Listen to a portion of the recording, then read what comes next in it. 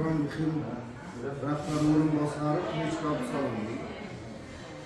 Bugun O'zbekiston Nazarban Bixin binosida sizlar bilan O'zbekiston Respublikasi Prezidentining 17-yanvar 2025-yildagi 12-sonli qaroriga asosan hamda Vazirlar Mahkamasining bitkazilgan muhokama yig'ilishining 21-sonli bayoni asosan 2025-yilda aholi bandligini ta'minlash hamda kambag'allikni qisqartirish chora-tadbirlari ko'rsatildi va bugungi kunda banklar tomonidan 4 ta tajriba asosida ishlar amalga oshirilmoqda. Bu Sayxunobod, Uychi, G'ishtuvon, Zardo'r tumanlari.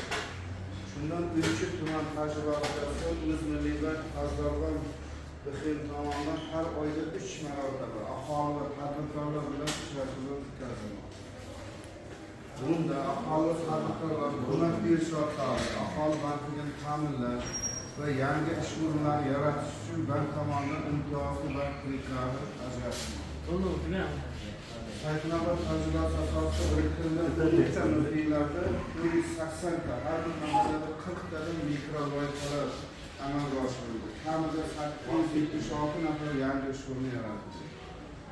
Bugungi kunda Sayxunobod tajribasi 12 ta mahalla bizga biriktirganimizda shunda jami 130 ta mikro-loyihalar amalga oshirildi va 300 nafar yangi ish o'rinlari yaratildi.